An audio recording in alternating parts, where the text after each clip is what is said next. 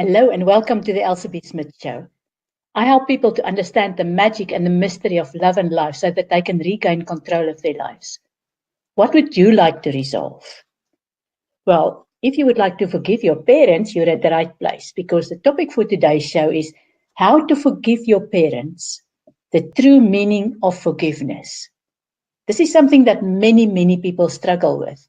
And let me just start off by saying that forgiveness is not about turning the other cheek and becoming a doormat. That's not forgiveness. Forgiveness is also not about I'm better than you and therefore I forgive you. That is expressing judgment and judging another person for no good reason, because we are not here to judge anybody. Forgiveness is also not about I will forgive, but I will never forget. That's not forgiveness. That's just pseudo-forgiveness. That doesn't work. It was interesting that when I advertised this show on social media, that one lady responded by saying, I have forgiven my parents. I just swear at them sometimes. I said, well, if that's the case, the job is not done yet. And she came back and said, I like swearing. I'm absolutely fine. I don't need any counseling. Well, I'm not so sure that she's actually forgiven. But we'll get to that. By the end of the show, you will understand why I'm saying that. And yes, I could agree that for true forgiveness, you don't need counseling. So let's look at what it is that you need to forgive your parents for. Why would you want to forgive them? Is it because you're blaming them for the way you were brought up? Did they send you to a boarding school and abandon you emotionally? Or were they alcoholic, abusive, and therefore you felt that they cut you out and you didn't get the cherishing, the nurturing that you expect from a parent? Were they simply emotionally absent? Where they were physically in the house, but they didn't give you the attention that you craved? Is that what you need to forgive them for? There are so many reasons. Or is it that you had a really good childhood? And then you drifted away from your parents, again, for reasons that they can be blamed for, not you, because you're the child, you're at the receiving end of this. So you blame them you blame your parents for drifting away from them. For example, you married the wrong partner in their view, not in your view. You married for love, you married for whatever reason. But in their view, you married the wrong partner, and therefore you kind of drifted away from each other. Is it that your parents became really judgmental for a reason that really has got no excuse? If you look at my website, there's an article on there called Pray the Gay Away. It is a horrendous story. A 17-year-old girl, she's gay. She went to her prom party. She came out as being gay. She took her female partner with her. Her Christian parents were so upset that they actually locked her up in a boarding school, so that the boarding school teachers could pray the gay away. They were refused to accept that their daughter was gay, and they punished the child in this way for her sexual orientation. Now, that young lady has got a lot of forgiving to do. And I hope she watches this show at some point. Or it could be just, the way life happens, that your parents became overly demanding and they really interfere with your life as an adult, and you need to forgive them for that. So what is it that you need to forgive your parents for? I will share with you my personal experience, which has been really interesting for me, and it has been really important. I had the experience that my mother rejected me from birth. She was 18 when I was born. I was the eldest of 4 children, and she loved her other 3 children, but she never loved me. She blamed me for being born and for just being there. And I had to live with that all my life.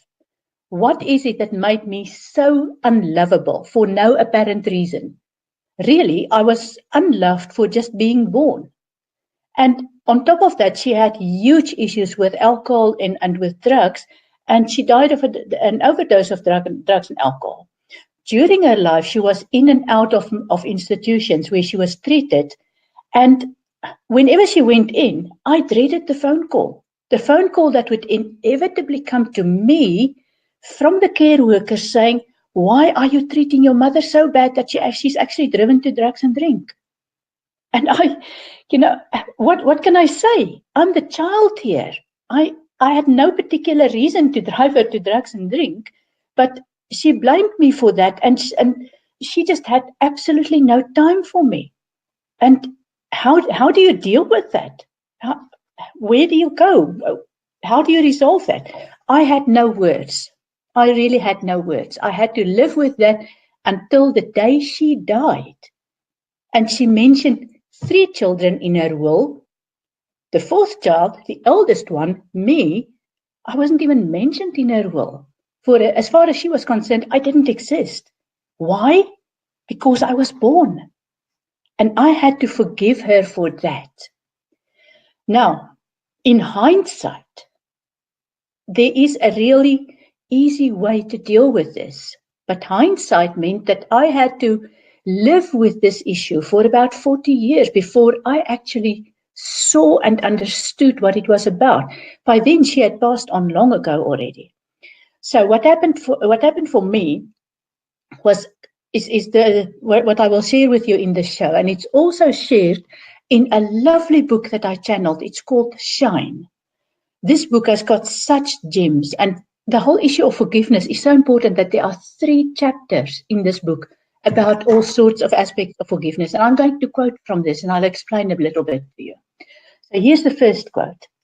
This book says, you have access to cellular memory, not in your physical body, but in your ethereal body that travels with you.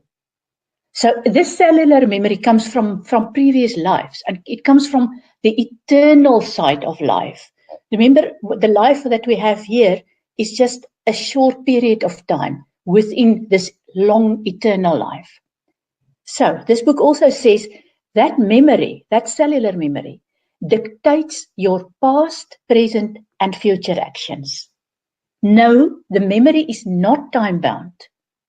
The memory reminds you of contracts with other people and steers your actions.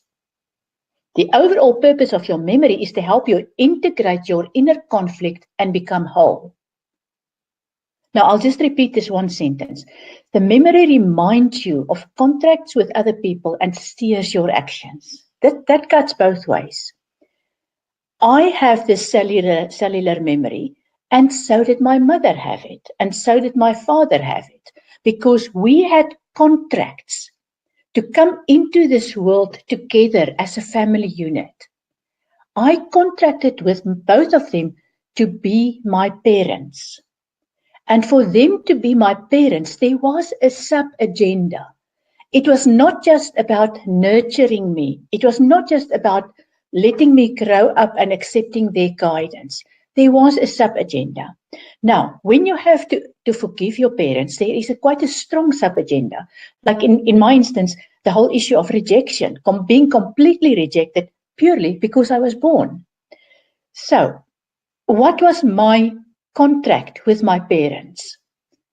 Firstly, the contract is that they will take care of our upbringing. They will give us a basic foundation in life. They will teach us all sorts of life lessons during life. And those life lessons can take on many different formats. It could be that they set a perfect role model, if we're so lucky.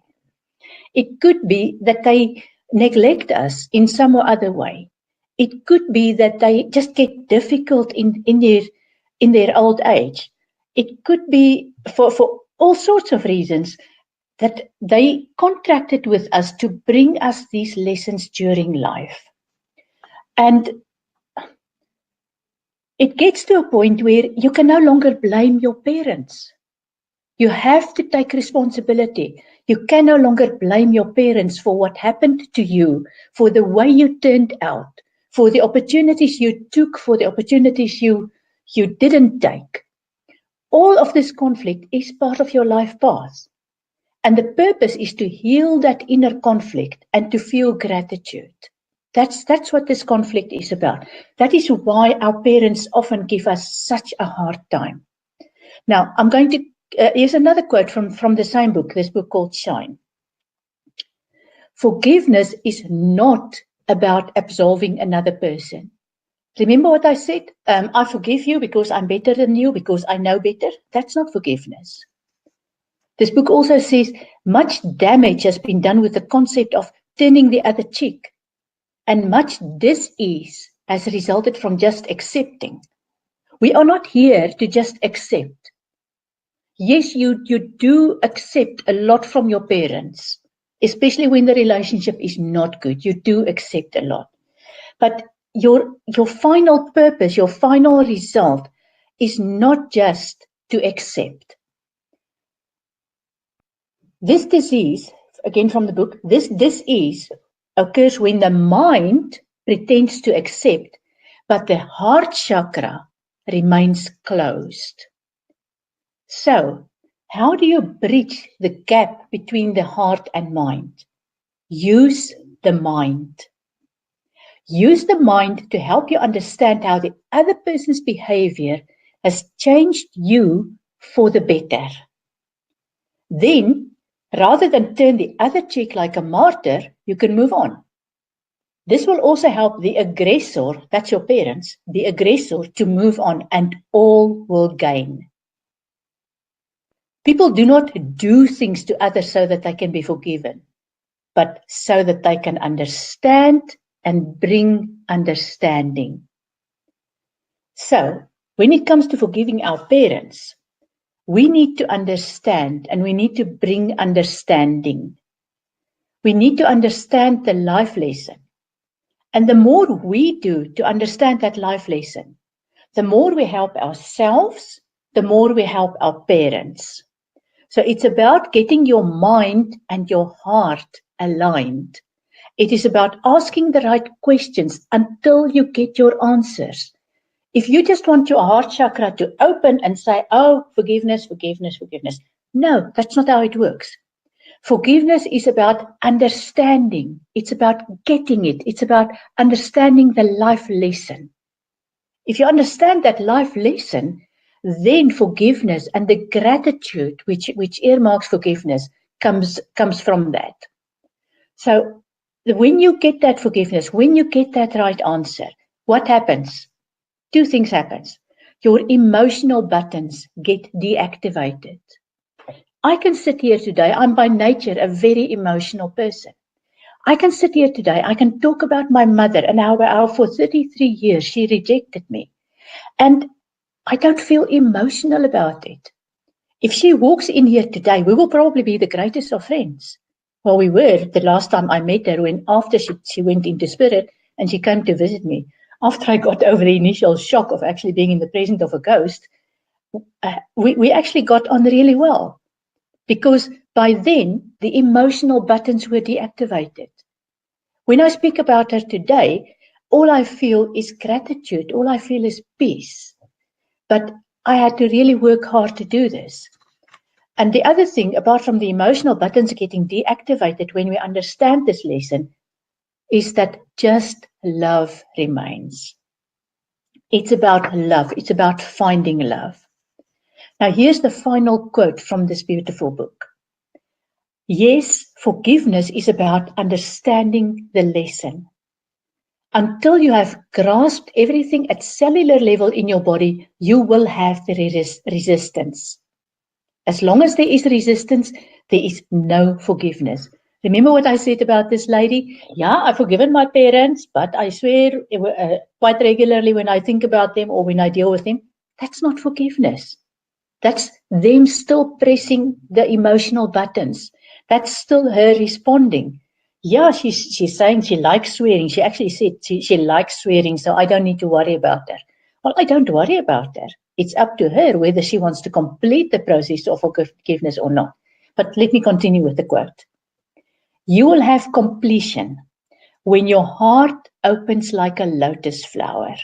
That is when you embrace your enemy And the word enemy loses its meaning to you because it loses its emotional context.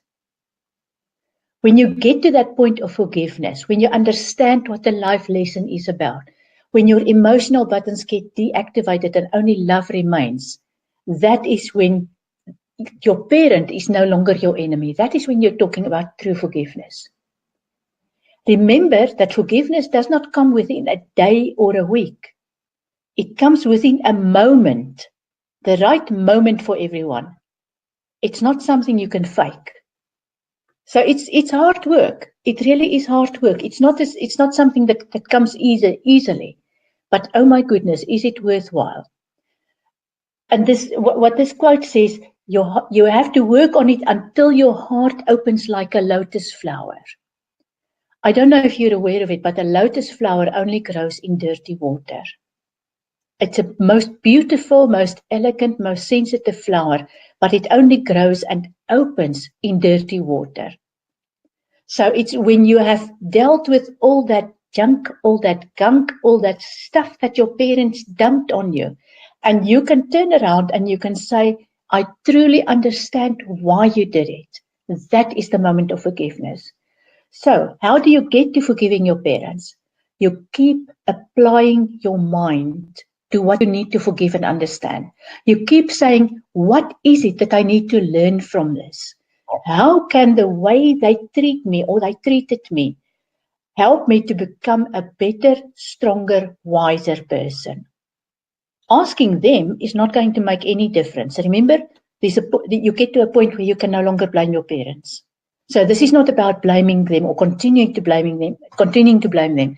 It's also not about asking them what they intended to teach you. Remember, when we get born, we get this situation of amnesia. We forget why we are here.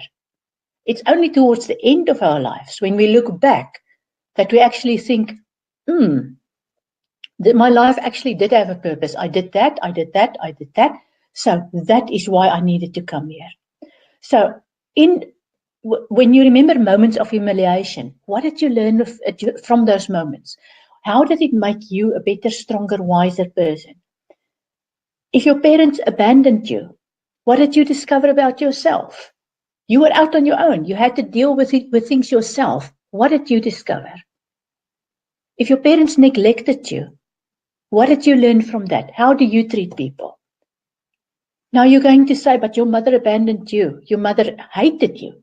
It's a very strong word, which I very rarely use. But in this context, yes, she did. She hated me. She couldn't stand the sight of me. So what did I learn from that? I learned two incredibly valuable things. The first thing I learned was that, okay, I have to say that my mother was psychic. And so am I. For her, it was just too much to handle. She had all kinds of issues with drugs, with alcohol, mental issues. She just could not handle it. Now you can imagine me realizing that I'm psychic and I don't want to go that route. So for me, one of the two big lessons I learned from her was that I have to treat this gift with the utmost respect. I have to control it. I have to know about it as much as I possibly can. And I have to treat this gift with the respect it deserves. That is why I would not have a show where I do psychic readings and I transgress all sorts of ethical and personal boundaries and I help people to wash their dirty laundry in public. You want a reading from me? You contact me. I go into your personal space with your permission out of the public eye. That's just how I do it. Because that for me is how I treat my gift with huge respect. The other thing which is really important that I learned from the way she treated me was that I am lovable. I grew up thinking I am not lovable because my mother doesn't love me. It took me many years to discover that being lovable comes from inside. What I discovered, what I realized is that when I'm in a good space, when I'm physically, emotionally, mentally in a good space, I radiate energy. I send out energy waves. those energy waves connect with people who are on the same wavelength. So if I don't like myself, guess what? I will connect with people who will hold up a mirror to me, who will say, you don't like yourself. Look at this. Can you see how ugly this person in the mirror is? And I've experienced that. On the other hand, if I say, I love myself, I'm a creature of God, my true nature is loving, I love myself, without being, what's the word I'm looking for? Arrogant, narcissistic, that's the word I'm looking for. Without being narcissistic, I love myself as a creature of God. I love myself, and that love comes from inside.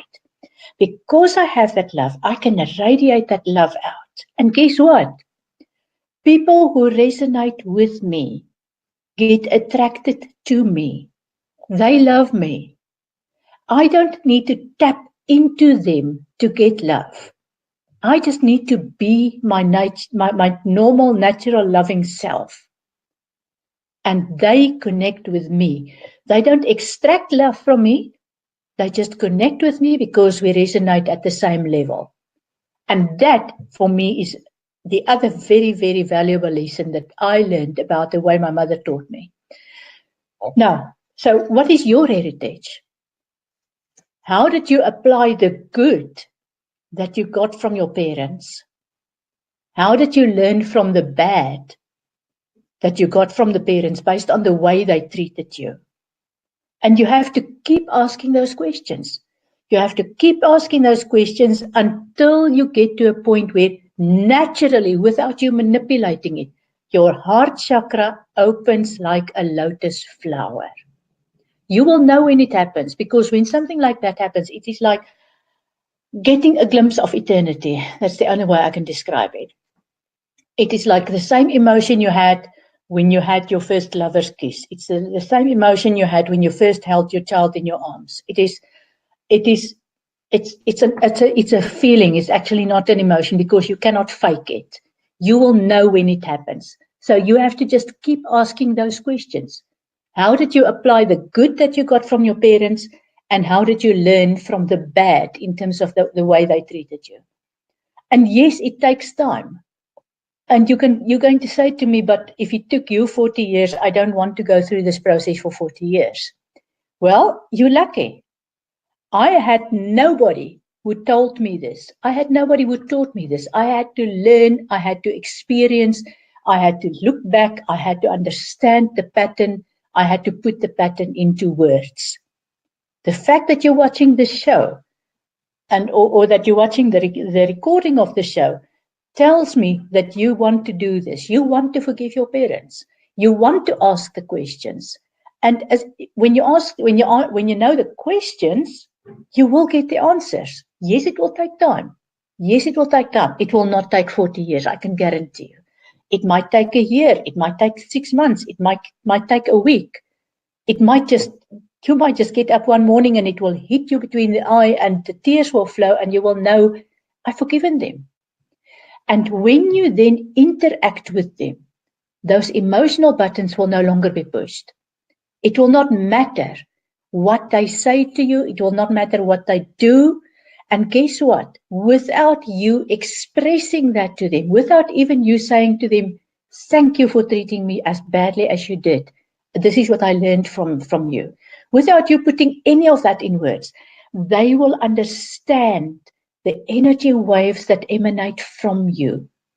And it will put a stop to their agenda as well. They will understand that they have achieved what they needed to achieve.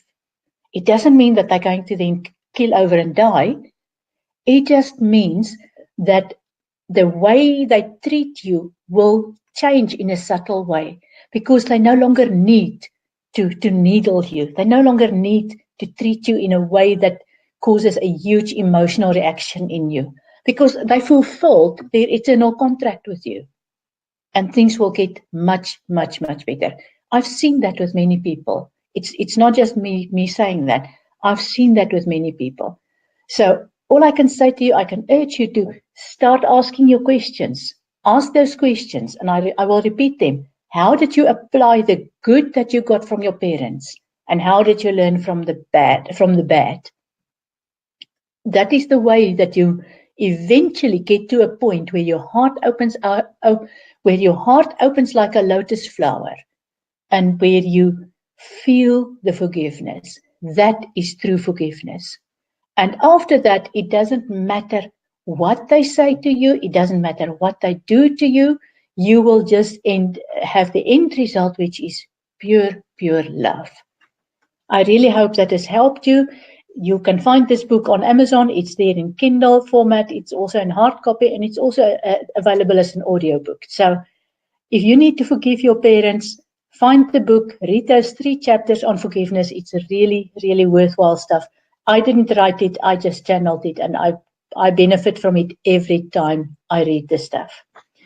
So that's what we do this week. Next week, we've got a really interesting show as well. If somebody said to you, go and do a 10-day silent meditation, what would you say? Well, Andrew Mondia, a Canadian actor who is going to talk to us all the way from Las Vegas in the United States, is going to explain to us how he got new meaning from life by doing this 10-day Vipassana meditation. I'm really looking forward to that. I'll see you next week.